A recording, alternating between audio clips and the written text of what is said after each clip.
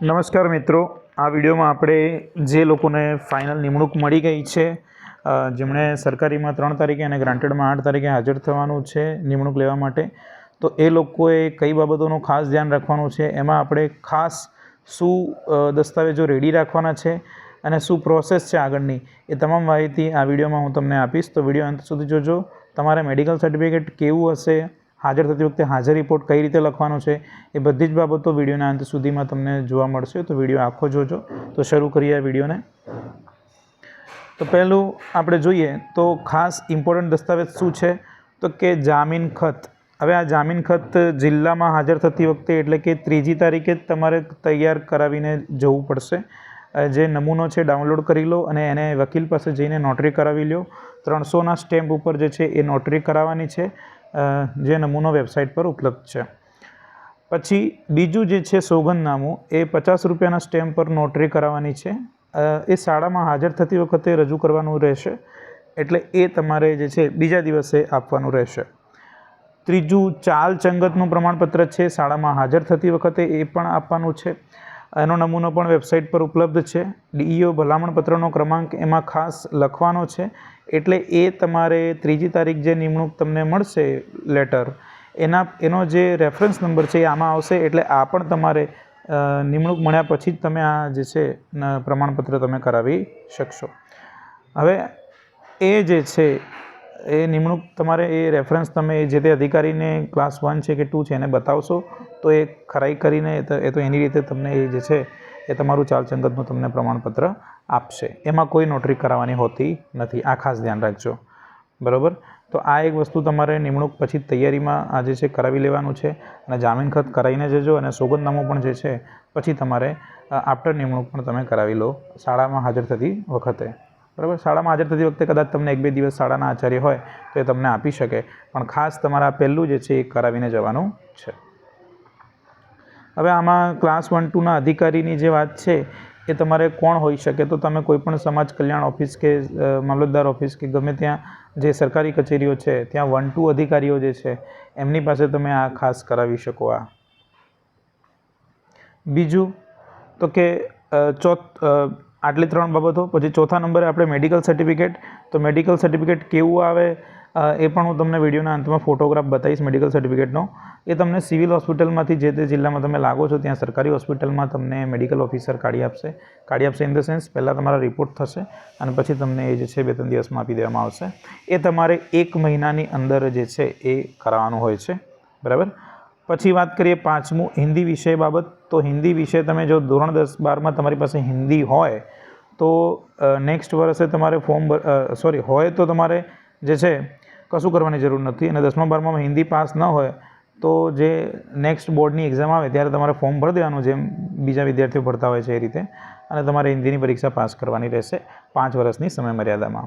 અને જો પહેલેથી જ તમે પાસ કરેલું હોય, ધોરણ 10-12માં તમારે હિન્દી હોય, તો ડીઈઓ પાસેથી જે છે હિન્દી મુક્તિનો આદેશ જે છે, જેટલા પણ તમે જે જિલ્લામાં નવા લાગશો એ બધાનો જે છે સામૂહિક એક આદેશ કરી દેવામાં આવશે કે આ લોકોએ હિન્દી પાસ. તમારે એની માટે શું કરવું પડશે, 10મા-12માની માર્કશીટની ઝેરોક્સ અને ફોરવર્ડિંગ કરીને ડીઈઓમાં આપી દેવાનું હોય છે આચાર્ય મારફતે.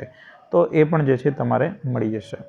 ત્રીજું સીસીસી પરીક્ષા. તમને બધાને ખબર જ છે કે જોબ લાગીએ પછી 5 વર્ષની અંદર સીસીસી પાસ કરવાની હોય છે. જૂની સરકારી નોકરી હોય ને હવે કંઈક પરિપત્ર આવ્યો તો જો તમે ઓલરેડી પાસ કરી હોય તો બીજી વખત તમારે પાસ કરવાની જરૂર નથી, જો તમે સરકારીમાં પાસ કરી હોય તો. પછી જે છે 5 વર્ષની અંદર તમારે જે છે એ કરી લેવાની છે. અને 7મો મુદ્દો આપણો જે છે ખૂબ મહત્ત્વનો મુદ્દો, હાજર રિપોર્ટ. સ્કૂલમાં હાજર થતી વખતે આચાર્યને સંબોધીને જે અરજી કરવાની હોય છે તે એનો નમૂનો આપણે આ વિડીયોમાં જોવાના છીએ, કઈ રીતે લખવાનું છે. અને જો તમને એની ડોક્યુમેન્ટ ફાઇલ જોતી હશે તો પણ હું તમને જે છે લિંકમાં એક લિંક શેર કરીશ, એમાં તમે જોડાઈ જજો. શિક્ષણ સહાયક તરીકે હાજર રિપોર્ટ જો છે શું આનું મહત્ત્વ શું છે તમે ધ્યાનથી સમજજો. આ જે રિપોર્ટ છે એ કાયમી દસ્તાવેજ તરીકે સાચવી રાખવાનો હોય છે, કારણ કે તમે જ્યારે ફૂલ પેમાં આવો છો ત્યારે એક ડોક્યુમેન્ટ તરીકે તમારે હાજર રિપોર્ટ પણ જોડવાનો હોય છે, એની ઝેરોક્સ નકલ તમારે આપવાની હોય છે ફૂલ પે વખતે. બીજું ઉચ્ચતર પગાર ધોરણ જ્યારે મળતું હોય છે 9 વર્ષે, 20 વર્ષે, 30 વર્ષે, તો ત્યારે પણ તમારે જરૂરી દસ્તાવેજોમાં હાજર રિપોર્ટ માંગતા હોય છે.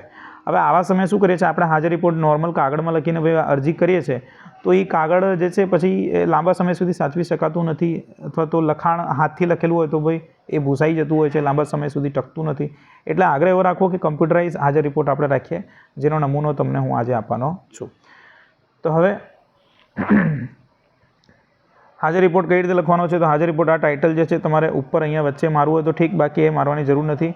અહીંયા સાઈડમાં પહેલી પેજની આ જે છે આપણે જમણી બાજુ ઉમેદવારનું પૂરું નામ ગુજરાતીમાં લખી શકો. પછી જે છે એ સરનામું, ફ્લેટ નંબરથી લઈને સોસાયટીનું નામ, પછી ગામનું નામ, તાલુકો, જિલ્લો બધું લખી પછી તારીખ તમારે લખવાની છે.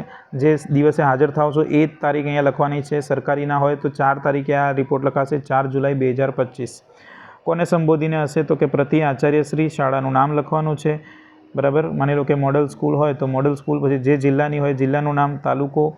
ત્યારબાદ વિષય કરીને આપણે લખવાનું છે શિક્ષણ સહાયક તરીકે ફરજ ઉપર હાજર થવા બાબત, અને સંદર્ભ જે છે તમને જિલ્લા શિક્ષણાધિકારી, જે જિલ્લાના શિક્ષણાધિકારી દ્વારા તમને જે નિમણૂક પત્ર મળ્યો છે એ જિલ્લાનું નામ આવશે અહીંયા, અને નિમણૂક હુકમ, મહેકમ. હવે જે મહેકમનું જે જાવક નંબર હશે, બરાબર, એ અહીંયા તમને પત્રમાં લખેલો હશે પેનથી, એ જ તમારે અહીંયા લખી દેવાનો છે.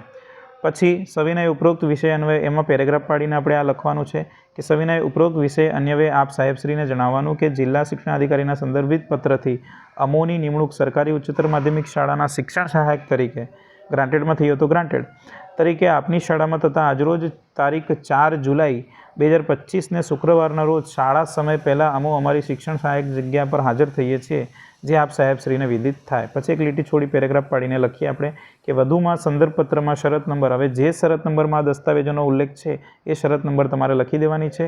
એ દર્શાવેલ જરૂરી પ્રમાણપત્રો આ સાથે સામેલ છે. બિડાણ કરીને તમારે અહીંયા જે તમે જોડો છો આમાં જે છે નાગરિક હોવાનું અને કોઈ ગુનો નથી એનું આપણે જોડ્યું છે, એની સાથે જ તમારે એ ડોક્યુમેન્ટ્સ શાળામાં આપવાના છે, અને સારી ચાલ ચંગત હોવા અંગેનું પણ તમારે જે છે આમાં આપવાનું છે, બરાબર. તો આટલી વસ્તુ તમારે આ રીતે હાજર રિપોર્ટ, પછી અહીંયા જે છે આપનો વિશ્વાસુ અહીંયા સહી કરી પૂરું નામ પોતાનું લખવાનું છે. તો તમને આ મેડિકલ સર્ટિફિકેટ આવું જે છે તમને મળશે. અહીંયા આપેલું જ છે, મેં મારું મેડિકલ સર્ટિફિકેટ અહીંયા મૂક્યું છે. તો તમે એ રીતે જે છે આ સિવિલ સર્જન એટલે કે સિવિલ હોસ્પિટલમાંથી તમે આ સર્ટિફિકેટ મળી જશે. આ સર્વિસ બુકમાં ચોંટાડવામાં આવશે. આ મારું જે છે ડુપ્લિકેટ છે, આ તમારા સર્વિસ બુકમાં ચોંટાડવાનું હોય છે, એટલે ખાસ આને પણ તમારે સાચવી રાખવાનું, એક્સ્ટ્રા કોપી કરાવી રાખવાની, બરાબર. તો આ ખાસ બાબતનું ધ્યાન રાખવાનું છે. અને જો તમને આ હાજર રિપોર્ટની આની તમને ડોક્યુમેન્ટ ફાઇલ જોઈતી હોય તો હું વિડીયોના ડિસ્ક્રિપ્શનમાં એક ટેલિગ્રામ ગ્રુપની લિંક મોકલી દઈશ. ત્યાં તમને ડોક્યુમેન્ટ ફાઇલ મળી જશે.